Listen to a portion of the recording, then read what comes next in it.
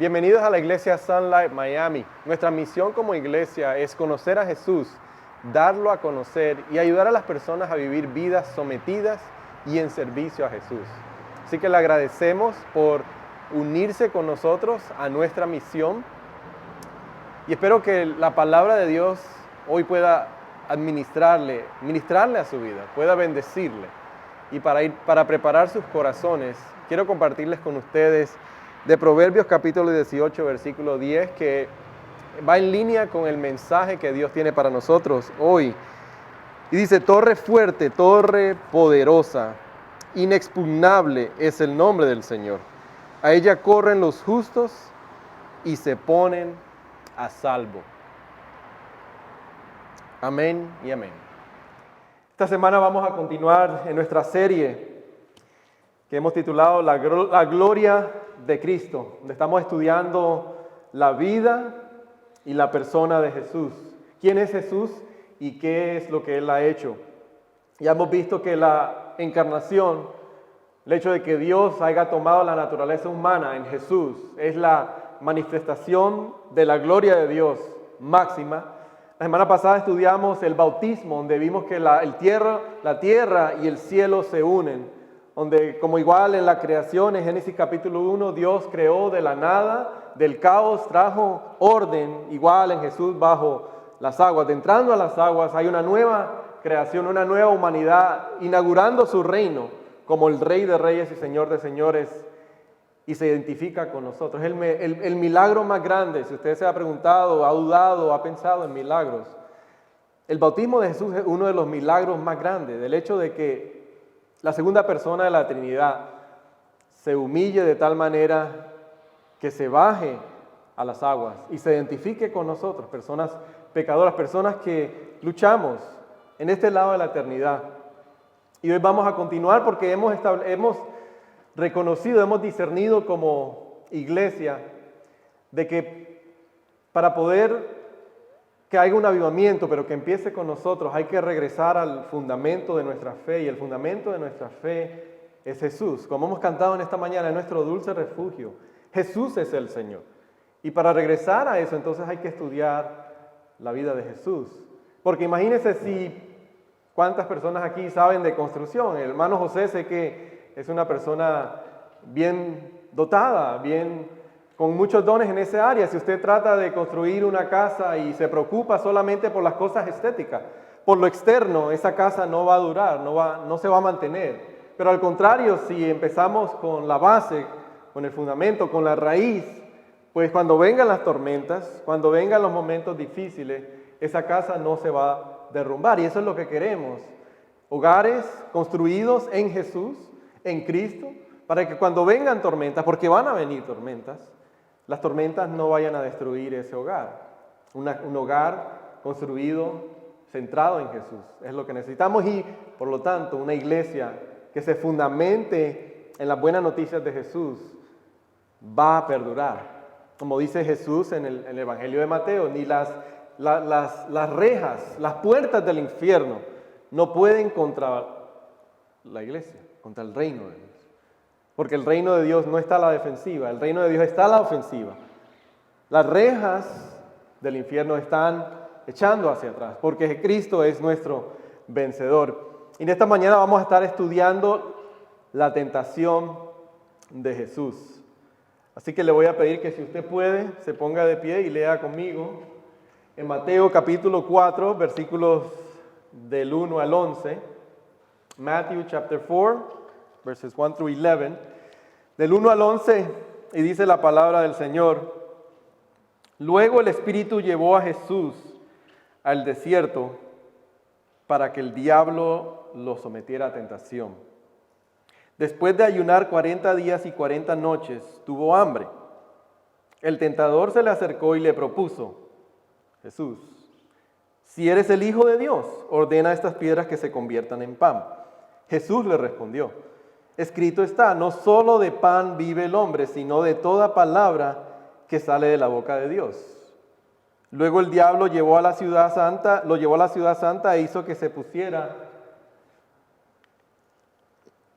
de pie sobre la parte más alta del templo y le dijo: si eres el Hijo de Dios, tírate abajo, porque escrito está: ordenará que sus ángeles te sostengan en sus manos, para que no tropieces con piedra alguna. También está escrito: no pongas a prueba al Señor tu Dios, le contestó Jesús. De nuevo lo tentó el diablo, llevándola a una montaña muy alta, y le mostró todos los reinos del mundo y su esplendor. Todo esto te daré si te postras y me adoras. Vete, Satanás, le dijo Jesús, porque escrito está: adora al Señor tu Dios y sírvele solamente a Él. Entonces el diablo lo dejó y unos ángeles acudieron a servirlo. Tu palabra de Dios. Pueden tomar asiento.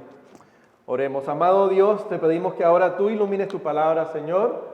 Como siempre, semana tras semana es mi oración, Padre, que seas tú hablando a través de tu siervo, que tú me remuevas a mí, Señor, y que sea tu Espíritu Santo iluminando tu palabra, porque es lo que necesitamos escuchar, tu palabra y no la mía, oh Dios. Gracias por el privilegio de poder administrar tu santa palabra, Señor, en medio de la gracia.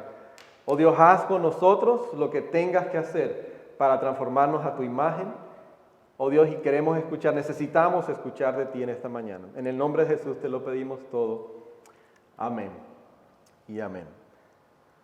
Hace un tiempo atrás, cuando todavía trabajaba en una agencia de seguros médicos, en un ejercicio que hicimos se puede decir, para incrementar la relación el uno entre otro en ese equipo de trabajo, una compañera de trabajo hizo un ejercicio con una caja que contenía un espejo y cada uno se lo pasaba, y el propósito, al final me doy cuenta que era abrir la caja y mirar dentro de esa caja, y ahí había el espejo. Y el propósito, el principio, creo que era que la persona más importante en tu vida es la persona que tú ves en ese espejo. Por lo tanto, era uno mismo. Y pensaba: wow, qué horrible sería pensar que mi mundo gira solamente alrededor de mí. Y es algo muy común en nuestra cultura en este tiempo, es que yo soy el importante, mis derechos, mis deberes son los que son importantes. Y no cabe duda que hay cierta realidad y cierta verdad en eso, ¿verdad? Es importante tener un entendimiento de uno mismo. Incluso la palabra de Dios nos llama a tener un amor apropiado hacia uno mismo, de no odiarse a uno mismo. Pero al extremo de que nuestra vida gira alrededor de nosotros es cuando viene el peligro. Porque nosotros fuimos creados, al contrario, para que nuestra vida gire alrededor de nuestro Creador, de Dios, porque fuimos creados para Él. Fuimos creados para vivir adorándolo a Él. Hemos sido creados para encontrar nuestra satisfacción, nuestro propósito, identidad en Dios, en nuestro Creador, y no en nosotros mismos. Pero ¿cómo podemos ver en el pasaje que nos habla acerca de la tentación de Jesús? ¿Qué ejemplo nos da Jesús de cómo podemos dejar de vivir nuestras vidas girando alrededor de nosotros, y al contrario, que nuestras vidas giren alrededor de la persona de Jesús, que es nuestro Señor y es nuestra fortaleza? Es importante nuevamente elaborar, como hablamos la semana pasada. Se me trabó otra vez el clicker. Ahí está. Como hablamos la semana pasada en cuanto al bautismo de Jesús, es importante entender el paralelismo que hace Mateo con la historia de Israel en el Antiguo Testamento. La semana pasada hablamos de cómo Jesús revive la historia de Israel, pero también podemos ver, como ustedes pueden ver en su pantalla, la relación que hace Mateo, inspirado por Dios, en cuanto a Jesús y a Moisés. Moisés también salió de Egipto. Jesús, sabemos que después sale de Egipto, después de que José y María huyen de Herodes. Sabemos que el pueblo de Israel también cruzó el Mar Rojo. Jesús fue bautizado en el río Jordán. El pueblo de Israel, liderado por Moisés, estuvo en el desierto 40 años Jesús fue tentado 40 días y 40 noches. A través de Dios, a través de Moisés, Dios da la ley en el monte Sinaí. A través de Jesús, en el sermón del monte, Dios nos da una ley, pero más profunda, que se conoce como el sermón del monte. También vimos la semana pasada que José y María huyen porque José tiene un sueño de huir a Egipto. Y también en el Antiguo Testamento, en el capítulo 37 de Génesis, vemos que hay otra persona que Dios lo utiliza a través de sueños y huye, pero esta vez no porque quiere huir, sino perseguido a Egipto. Y después Dios lo utiliza para preservar al pueblo de Dios. Vemos el paralelismo que existe entre el pueblo de Israel y Jesús. Y lo que Mateo nos quiere dejar saber es que Jesús es el que cumple con todas las promesas, con todas las profecías que se había hecho acerca del Mesías. No sé por qué no está ahí, lo podemos ver. Y la última, que es la que vamos a estar estudiando en esta mañana, es la tentación en el desierto.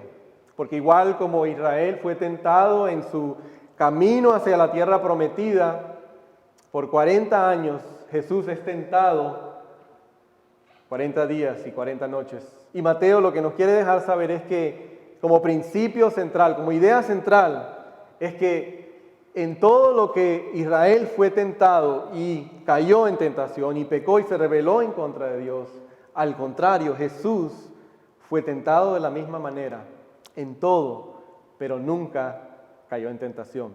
Y esa es la idea que Mateo quiere que nosotros podamos entender, de que Él es el cumplimiento de la profecía, Él es el cumplimiento de las promesas de Dios. En Él, en Jesús, todas sus promesas son sí, son un amén.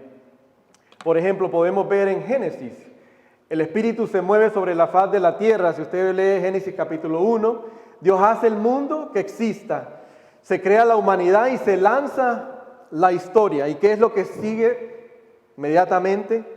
Satanás tienta a los primeros seres humanos, a Adán y a Eva en el jardín del Edén. Aquí, como vimos la semana pasada, el Espíritu, vemos el agua en el bautismo, Dios habla, la voz de Dios, vemos la creación, la recreación de una nueva humanidad. Nuevamente la historia se altera, se inaugura lo que es el reino de Dios, lo que Jesús vino a decir: aquí entre nosotros está el reino de Dios. Inmediatamente que vemos aquí también un patrón similar, que Satanás ahora tenta a Jesús. En el huerto Adán se le dijo, Génesis capítulo 3, obedéceme acerca de ese árbol, no comas del árbol del conocimiento del bien y del mal o morirás. Ahora la pregunta que nos tenemos que hacer, y yo siempre me hago, pero ¿por qué fue esa la tentación? Porque Dios, como acabo de decir en nuestra introducción, Dios nos creó para que nosotros orbitáramos, nuestra vida girara alrededor de Él, para que nuestras vidas fueran centradas en Él. Por lo tanto, cuando Dios nos dice que no comamos, en este caso simbólicamente Adán, ¿cuál es nuestra primera respuesta? Es preguntar ¿por qué? ¿Por qué no puedo? ¿Por qué no puedo hacer esto? ¿Por qué no puedo hacer lo otro? ¿Por qué no puedo comer de ese árbol? Y usted, si se da cuenta, es interesante que Dios nunca nos contesta esa pregunta. Nunca nos contesta la pregunta del por qué no podemos. Porque si Dios nos contestara esa pregunta cada vez que tenemos que obedecerle, si nos dijera cuál es el beneficio propio, ya no estuviéramos obedeciéndolo por nuestros propios intereses solamente, sino que lo estuviéramos obedeciéndolo porque lo amamos a Él.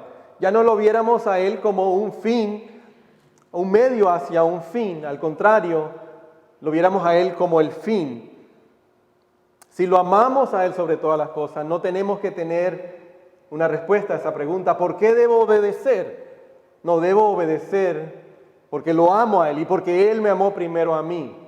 Así nuestra obediencia no va a ser motivada por beneficios propios, sino que va a ser motivada simplemente porque Él primero nos ha amado a nosotros y ahora nosotros lo amamos a Él. Dios le dijo a Jesús, al contrario a Adán, le dijo a Jesús el verdadero vencedor, la expresión máxima de la imagen de Dios, el verdadero portador de la imagen de Dios, lo que debería ser la imagen de Dios.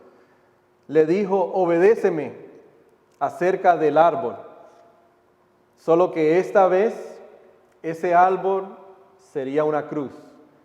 Y a Jesús le dijo, en esta cruz, en este árbol, vas a morir. Y Jesús sí lo hizo. Adán no lo hizo. Adán falló. Israel falló. Israel falló en cumplir las promesas de Dios. Adán falló. Pero Jesús, el verdadero vencedor, no falló. Sí obedeció. Obedéceme acerca de este árbol y morirás. Ciertamente morirás. Y ciertamente Jesús obedeció y murió por nosotros, por usted y por mí. Jesús es el verdadero vencedor. Ahora, de este pasaje lo que quiero que vayamos a elaborar para profundizar en el pasaje, y lo primero es que el verdadero vencedor ha puesto en desventaja al tentador. Jesús es el verdadero vencedor y Él ha puesto en desventaja al tentador. Algunas de sus versiones dicen, a Satanás le dicen el acusador o el tentador, es lo mismo. Él es el tentador y Él es el acusador de los hijos de Dios.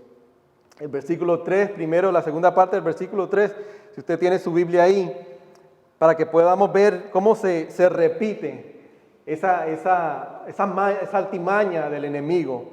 Comienza diciendo, el tentador se le acercó y le propuso a Jesús, si eres el Hijo de Dios.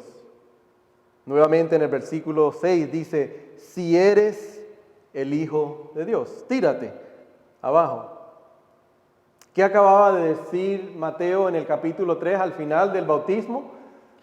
¿Qué fue lo que dijo Dios, la voz que salió cuando Jesús estaba siendo bautizado? Verdaderamente, este es mi Hijo, en Él estoy complacido. ¿Qué es lo primero que vemos entonces? Es sembrando duda. Sembrando la duda en cuanto a la palabra de Dios y en cuanto a la obra de Dios. Eso es lo primero que hace Satanás, es sembrar la duda. Génesis capítulo 3, ¿se acuerdan?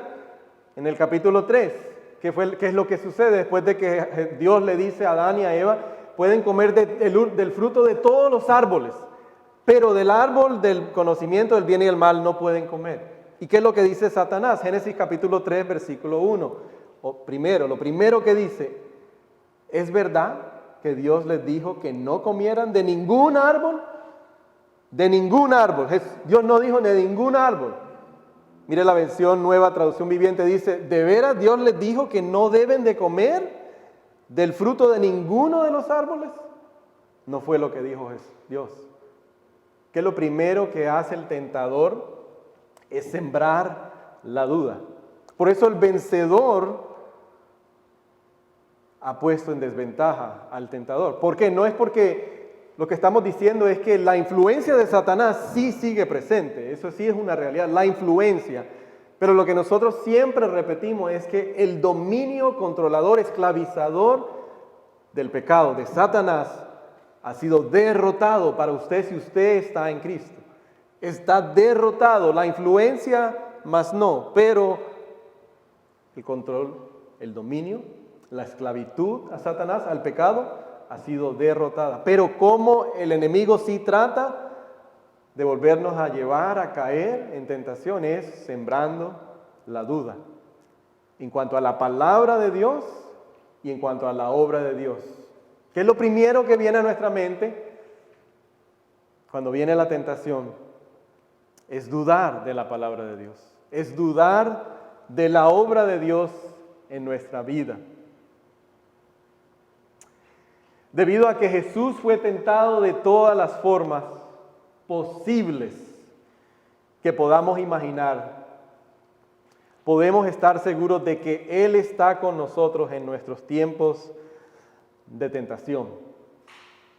En este mismo momento, si nos sentimos que hemos fallados, si nos sentimos caídos, desanimados, necesitamos escuchar eso de que porque Jesús fue tentado en todas las formas posibles, y es lo que vamos a continuar viendo en este pasaje, nosotros podemos estar seguros de que Él está con nosotros en nuestros tiempos más difíciles, tiempos de tentación, porque Dios no nos ha dejado indefensos.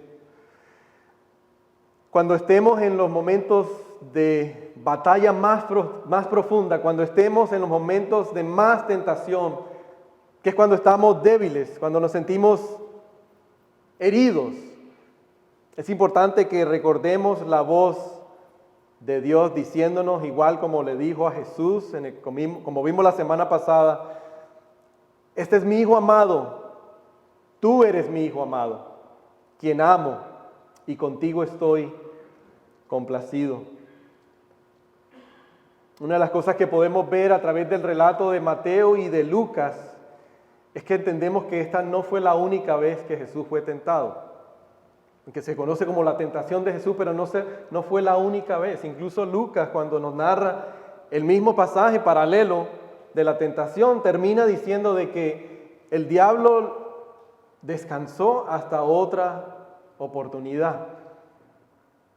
En Mateo capítulo 16, si usted conoce la historia de Pedro, cuando le dice a Jesús, después de haber confesado de que Jesús es el Cristo, cuando Jesús le dice, en esta piedra, en esa confesión, estableceré mi iglesia. Inmediatamente Pedro, cuando Jesús le dice, es necesario que yo vaya a sufrir y a morir, ¿qué es lo primero que le dice Pedro?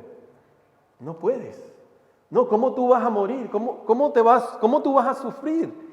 ¿Y cómo le contesta Jesús? Apartado de mí, Satanás. A través de Pedro estaba siendo tentado Jesús por la influencia de Satanás en la vida de Pedro. También fue tentado en el huerto de Getsemaní, en el jardín de Getsemaní.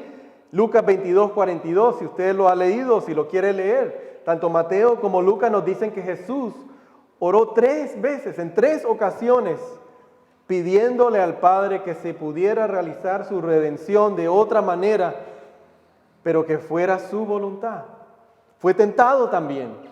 Y si usted ve el patrón, la tentación siempre es en contra del propósito de Dios, de la redención. El propósito de la tentación. Ese es el tema que podemos ver en común en las tentaciones de Jesús. Y en cual, si usted se da cuenta, se alinea perfectamente con este tema que tenemos de buscar la gloria de Cristo, de buscar primero su reino. Jesús fue tentado a abandonar su trabajo de rescate, de rescatar a un pueblo de cada tribu, de cada lengua y de cada nación, de rescatarnos a nosotros. Fue tentado a abandonarlo. La misma tentación es para nosotros. Nosotros continuamente somos tentados a abandonar los propósitos de Dios. Y la tentación viene a través de duda en cuanto a si Dios nos ha capacitado necesariamente, en duda en cuanto a si puedo hacer esto por el temor o por el egoísmo. Es dudar de la palabra y de la obra del Señor. Satanás en este pasaje vemos que tenta a Jesús ofreciéndole formas falsas de satisfacer sus necesidades físicas. Igual a nosotros, como Jesús teniendo hambre en su momento, un momento de debilidad, igual a nosotros, el mundo, Satanás, trata de ofrecernos alternativas para suplir necesidades espirituales, pero trata de ofrecernos alternativas físicas, temporales, para suplir lo que solamente Dios a través de Jesús ha podido suplir. Pero la tentación siempre viene a través de la duda. ¿Es suficiente lo que Dios me ha dado? Señor, ¿de verdad tenemos que hacer esto porque la palabra lo dice? ¿O por qué no podemos hacer esto de esta manera? Porque de esta manera funciona. Es la tentación que siempre viene a la vida del seguidor de Jesús. Es lo que nos dice Hebreos capítulo 4, versículo 15, dice: Jesús, el Hijo de Dios, es nuestro gran sumo sacerdote que ha entrado en el cielo Por eso debemos seguir firmes en la fe que profesamos. ¿Por qué? Y este es el pasaje que le da luz a todo este mensaje. Pues nuestro sumo sacerdote puede compadecerse de nuestra debilidad, porque Él también estuvo sometido a las mismas pruebas que nosotros, solo que Él jamás pecó.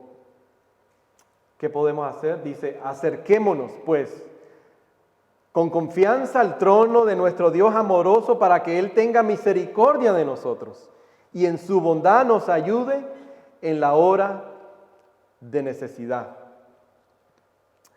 Dado a que Jesús es nuestro vencedor, tenemos en Él la libertad de elegir la obediencia sobre la complacencia. Ahí están los pasajes que leímos hace un momento atrás.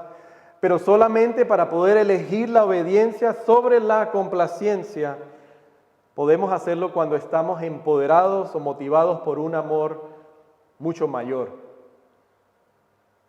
Solamente podemos elegir la obediencia sobre la complacencia cuando estamos motivados por un amor mayor. El versículo 9, Satanás le dice a Jesús, todo esto te daré si te postras y me adoras. Jesús le responde, vete, Satanás, le dijo Jesús, porque escrito está, adora al Señor tu Dios y sírvele solamente a Él. Satanás le ofreció a Jesús, como podemos decir en nuestros términos, por la izquierda. Jesús, tú puedes lograr todo esto por la izquierda, sin sufrimiento, sin ir a la cruz, porque sabemos todos que todos los reinos le pertenecen a Jesús, como creador, como proveedor, todo le pertenece a Jesús. Pero la oferta de Satanás es, tú puedes tener todo esto sin sufrir, sin el rechazo de las personas, sin los insultos, sin los golpes, sin ir a la cruz. Pero Dios le responde a través de Jesús. La obediencia sobre la complacencia. La complacencia es ir por la izquierda, hacer las cosas por la izquierda, hacer las cosas fáciles. El matrimonio se me ha puesto difícil, lo más fácil es irme del matrimonio, salir del matrimonio. ¿Verdad? Es la complacencia. La obediencia es no, es un pacto eterno que hemos hecho delante de Dios y delante de las personas. Es difícil, pero vamos a seguir. Las personas dicen, ¿por qué hacen eso? ¿Por qué hacen ustedes esto? No dejan de hacer lo otro. La complacencia es bueno para no perder amistades, para no perder popularidad, para no perder seguidores. Voy a hacer lo que hacen los demás. Esa es la complacencia. La obediencia es, aunque vengan los insultos, aunque vengan menos amistades, vamos a hacer la obediencia. Pero para poder elegir eso, es necesario estar motivados por algo mayor, ¿verdad? Porque la tentación no se puede vencer pasivamente. Pasivamente no podemos vencer ni el temor. No podemos estar pasivos y esperar que la tentación se aparte. No, por eso dicen, huyan de la tentación, huyan de Satanás. Activamente tenemos que huir de la tentación, pero debemos tener una motivación aún más grande, porque Jesús la tuvo. Hebreos capítulo 12, versículo 2, mire lo que dice el autor de Hebreo. Era más grande el amor que lo motivaba que escoger el camino más fácil.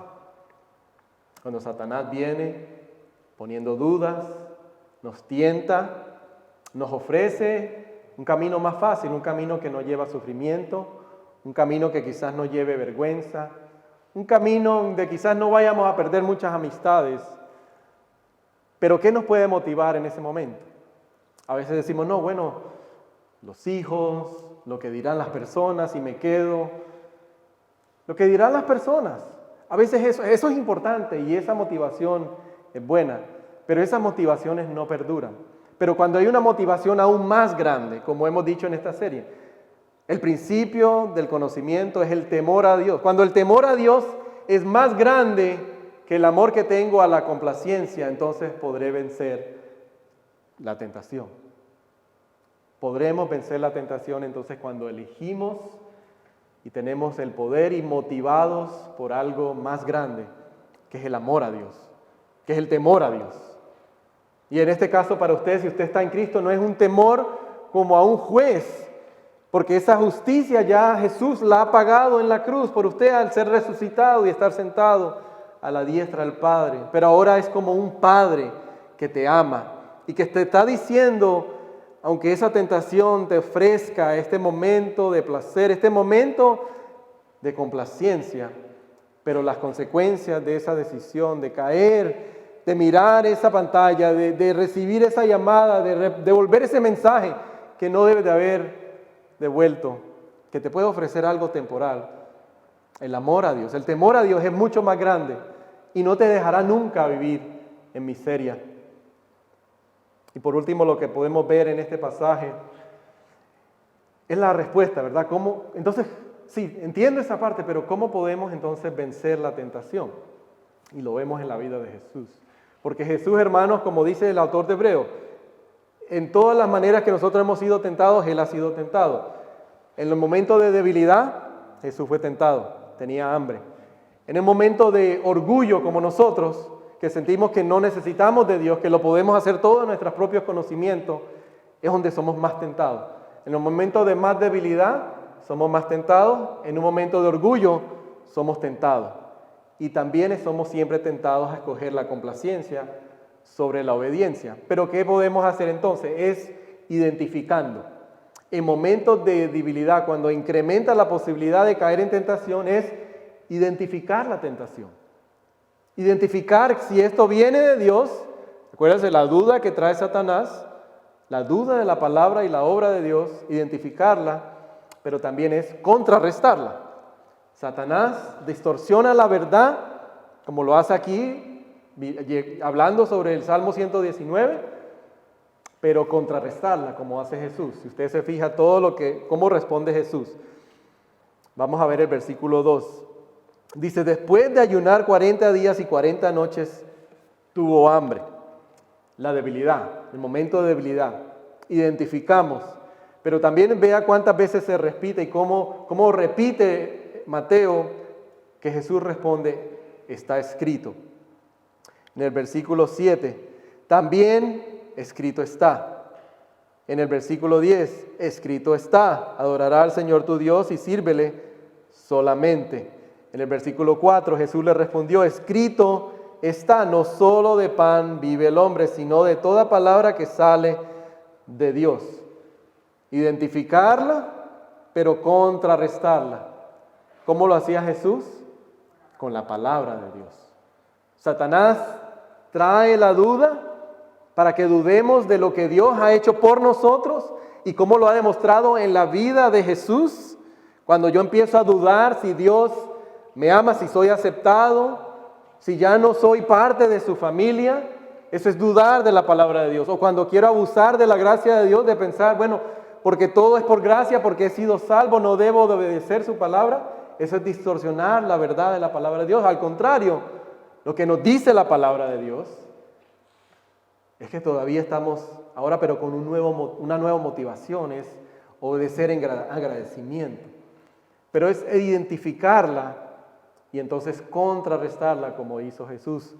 En su momento de debilidad, en un momento de orgullo y cuando se nos ofrece la complacencia sobre la obediencia, es identificarla como este control, apagarla, bajarle el volumen a la voz de Satanás, a la voz de la cultura y aumentarle el volumen a la palabra de Dios. Como dice Jesús, escrito está. No solo de pan vivirá el hombre. ¿Por qué? Porque Jesús estaba recordando lo que dice Deuteronomio, ¿verdad? Que Deuteronomio es un resumen de los 40 años del pueblo de Israel en el desierto, de todas las veces que Dios les habló y ellos se rebelaron, fueron tentados y cayeron en tentación. Y a través de Moisés lo que nos dice a nosotros es que no cometan los mismos errores que cometió el pueblo de Israel. Por eso dice, cuando Dios les dio, les proveyó, no solo de pan vivirá el hombre, sino de toda palabra que viene de la boca de Dios. Quiero terminar con el versículo que comenzamos.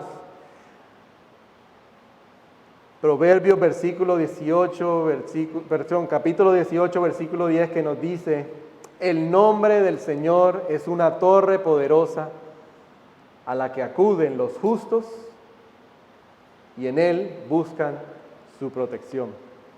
En el momento de tentación, ¿a quién podemos y a quién debemos acudir? A Jesús. Él es nuestro refugio, Él es nuestra fortaleza. ¿Y por qué a Jesús? Porque Él sí no falló, porque Él no tiene un problema con Dios como nosotros sí tenemos, porque hemos fallado en palabra, en pensamiento y en obra. Él es el perfecto sustituto.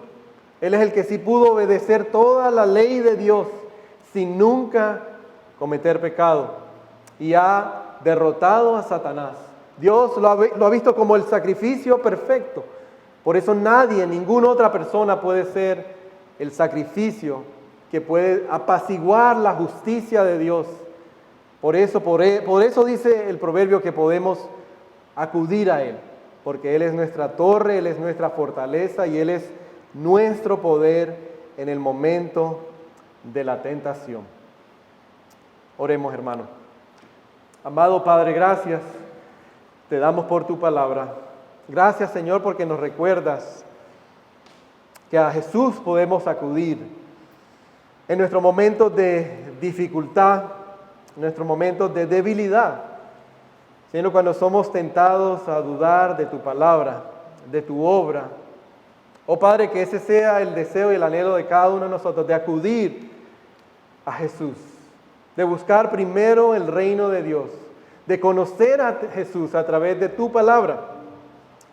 Y a la medida que lo conocemos, lo podemos dar a conocer. Te pido, Señor, por alguna persona en este momento, alguno de nosotros que estamos aquí en esta mañana, Señor, quizás agobiados, que hemos caído, Señor, que nos sentimos presionados por la tentación en cada lugar, ya sea a través de nuestros apetitos, ya sea una adicción, una codicia, oh Dios, que podamos acudir a nuestra fortaleza que eres tú, Padre.